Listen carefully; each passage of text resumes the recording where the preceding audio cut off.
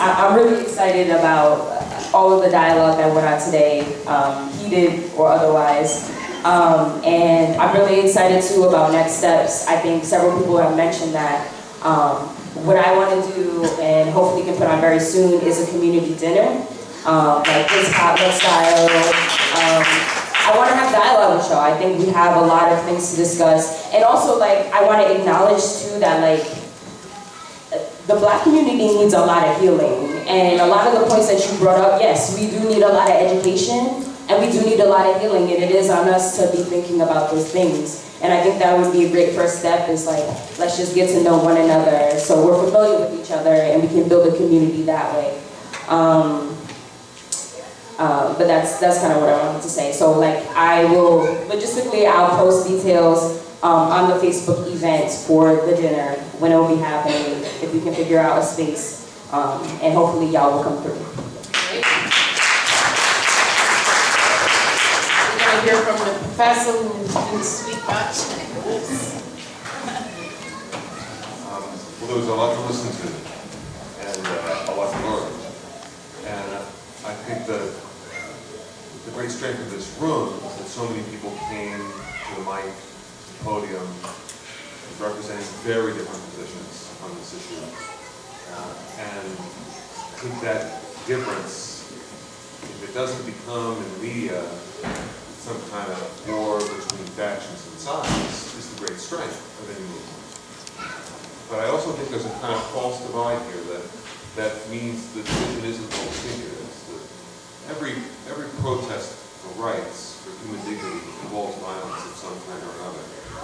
And whether it's John Lewis taking a pipe to the head, or Fannie Lou Hamer getting beat down before she petitions for the right to vote, Martin Luther King goes to jail, everyone suffers violence. The nonviolent protests of the civil rights movement depended on violence to succeed, right? On the willingness of police to beat down black and white victims, largely black, sometimes even young kids, as they protested for their rights. So that distinction between violence and nonviolence is a meaningless one, in some sense. It's the scary part of any protest and any movement, the moment in which you recognize everybody has to get hurt somehow in order for the system to change. And that violence is a part of it.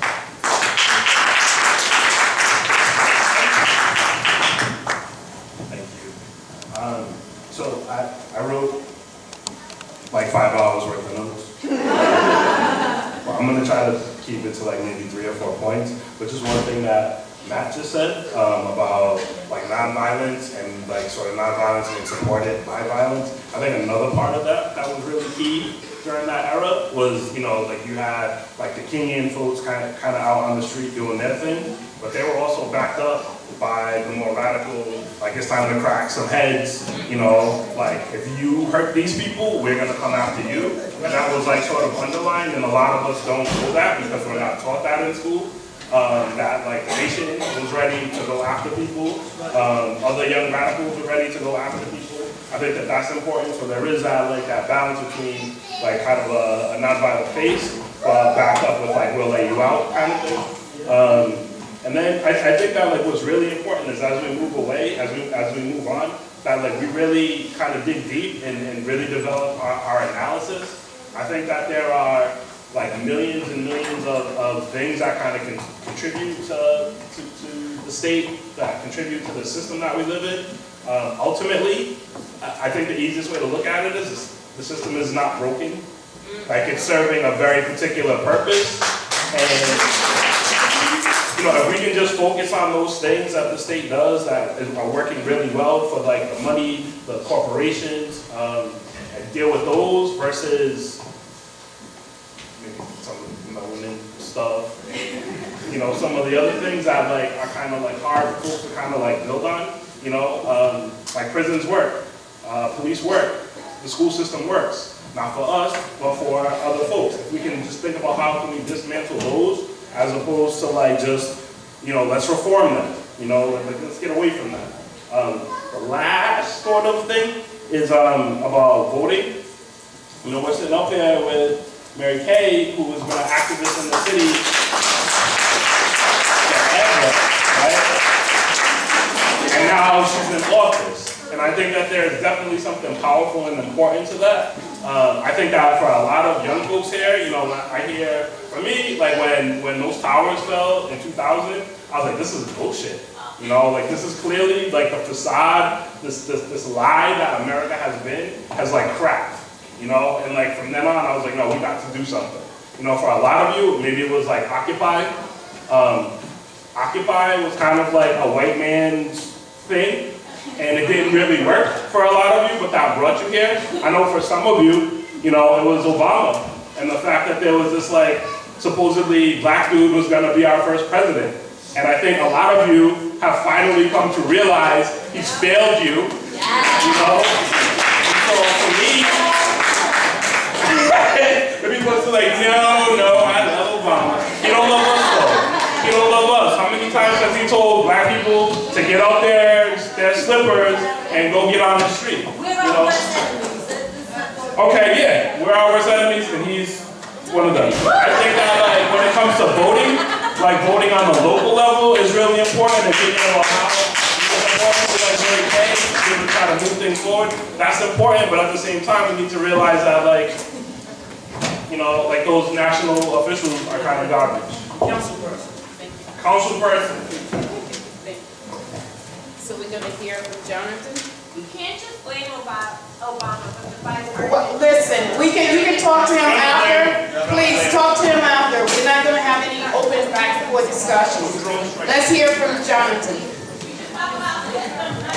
Let us save the civil disobedience till after the workshop and just allow Mary Kay to facilitate, please. Yes, you know that's right.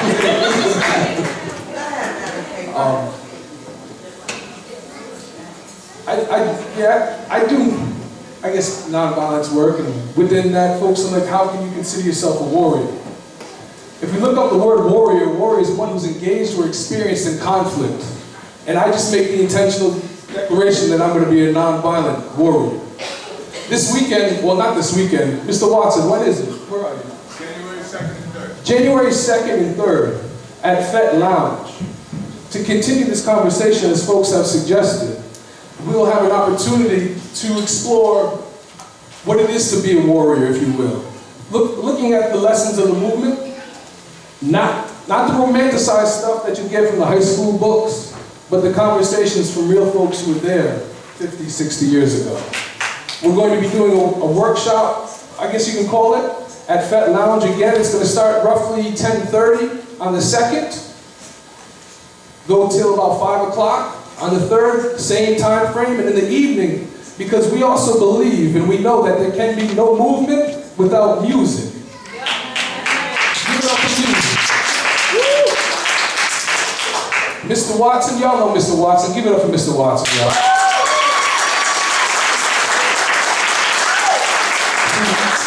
Mr. Watson said it was my time to shine, but it's always Mr. Watson's time to shine. I happen to be one of his housemates, and we've been working together for a while, and Mr. Watson has really taken on music, and he's organized many artists to participate in a concert that evening at Fete. They're all coming for the love, to inspire, and the purpose for us coming together is to start this new year off right, together as a community, intentionally exploring solutions. Obviously, we don't got the answers yet, y'all.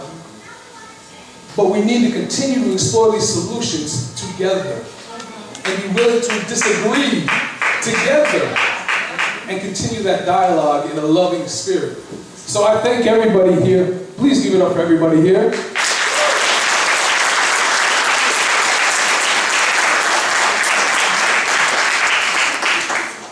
And a moment of silence for those that we have never known or never will know who sacrificed for us.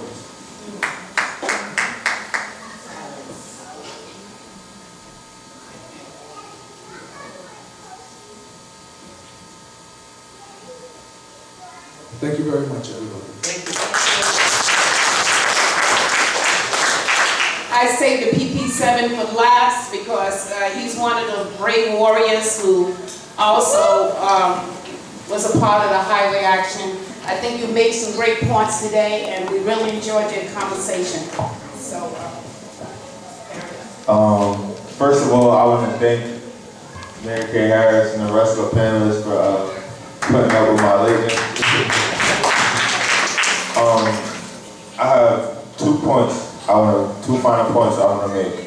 The first is that every generation has its own ways of speaking out against state oppression and other forms of violence that keep people down. And my generation happens to be hip hop. Now, when I say hip hop, a lot of you guys, first thing you thought was music. You know what I mean? But there are many other elements to hip hop. There's breaking, DJing, MCing, knowledge, graph writing, and fashion. And I think that we should encourage young people to speak out in ways that are relevant to them. You know, not everybody. I know. I hated writing papers. You know, I turned in papers in college at the last moment. But if I had a teacher who told me I could freestyle my final exam, you know, just something like that is a breakdown of what people think learning should be. You can't freestyle your final exam. No, you know. And I think that there are certain elements within hip hop that people have taken negatively. Something like sagging pants. Sagging pants didn't come from, you know, gay men in jail making themselves available for sex. Let's be honest. People in poor communities, they buy their kids bigger clothes so they can grow into them. You know what I mean? These kids are wearing hand-me-down clothes, or everybody in here who has had a pair of pants who are a little too tight and they sag them. Sagging pants grew out of poverty, and them empowering themselves with their fashion. You know, they couldn't buy the most expensive stuff, but if I can wrap my outfit a certain way, then I have self-confidence and pride. I have a little bit of an escape from my poverty, and I think that their sagging pants and baggy clothes have been associated with criminality, and I think that there are links with criminality, but it's not, the trend doesn't emerge from something criminal. And I think that that's just that's the power of media, that, you know, we can put out this image of a young black male in sagging pants and hoodies and you know, baseball caps that makes it easier to dehumanize him, and that justifies the police, you know, jumping out on him. They might not arrest him or you know, bring any legal action against him, but just the fact that I look like I could be a criminal speaks to the connotation of young black hip hop fashion, ways of speaking, something as Martin Luther King was a criminal. He wore a suit and tie every day. You know, something like graffiti writing. You know, people think graffiti writing is obscene, is out of place. It's young working class kids reclaiming their space. You know, who has the power to say what public art can be placed? You know, it's these kids who are taking back the spaces within their communities. And the last point I want to make is people are telling us to vote and talk to our politicians. We don't understand that in this country, politics is big money. I did some digging around, and the 6 mayoral candidates for the election of Providence spent $3 million. Buddy Cianci spent $745K. Jorge Elorza spent $417K. And honestly, most of the money isn't coming from the communities that need help the most. I understand that, you know, if a couple of you guys put together $10 and that money will go a long way. These people are responsible to where they're getting the money from, and it's coming from people like the Koch brothers who may not do it on a local level, but nationally we can see it happen. You know, when you look through who donated money to which party. These are, you see the type of people who are donating, you know, the $1,000 or whatever the max is. And these aren't people that that aren't coming from the community. And just to contrast it, where I'm from, New Haven, the mayor, she spent $500K just to win an election. And the funny thing is, I live in an urban neighborhood, and her campaign headquarters were a block away from where I live. And it bothered me. I've never seen her in community. You know, she had no ties in community. You know, I joked around with my friends. I said, "Yo, who stamped her hood pass?" Like she just can't come around. You know, coming into community and claiming to be a part when she has no roots here. And what I want to say is that the people who we put in power to make decisions for us aren't really the ones affected by the problems. The perfect example of this is what's going on with Ripta right now. The people who are making decisions about the bus lines don't have to bus to work every day, and I think that's criminal. It's good. Of course they're gonna open up space where people can complain, but then the director of Ripta, whoever runs it, is gonna get in his car and drive home and not have to worry about, do I have to get to the bus stop a little bit early just to make sure, so I can walk from one end to where the bus stops are from the other. You know, I work. I have to walk. I walk from about where the mall is to where the Rhode Island Convention Center is, and sometimes I barely make the bus to work. That's me being an able-bodied young man. We're not even including, you know, disabled folks, elderly folks, single mothers with children. You know, I know how hard of a time my mother had making sure we got to the bus on time. I realize that. I've talked to people on the bus, and I think it's criminal what they're doing, how they're pushing out poor people to open up, to clean up the KP so we can make money. I think that's wrong, and I think that people should protest. And I want to organize something that says to the people who run Ripta, if this problem isn't handled correctly, then you don't have the right to drive your car to work. You have to ride the bus with the rest of us until this problem is addressed. One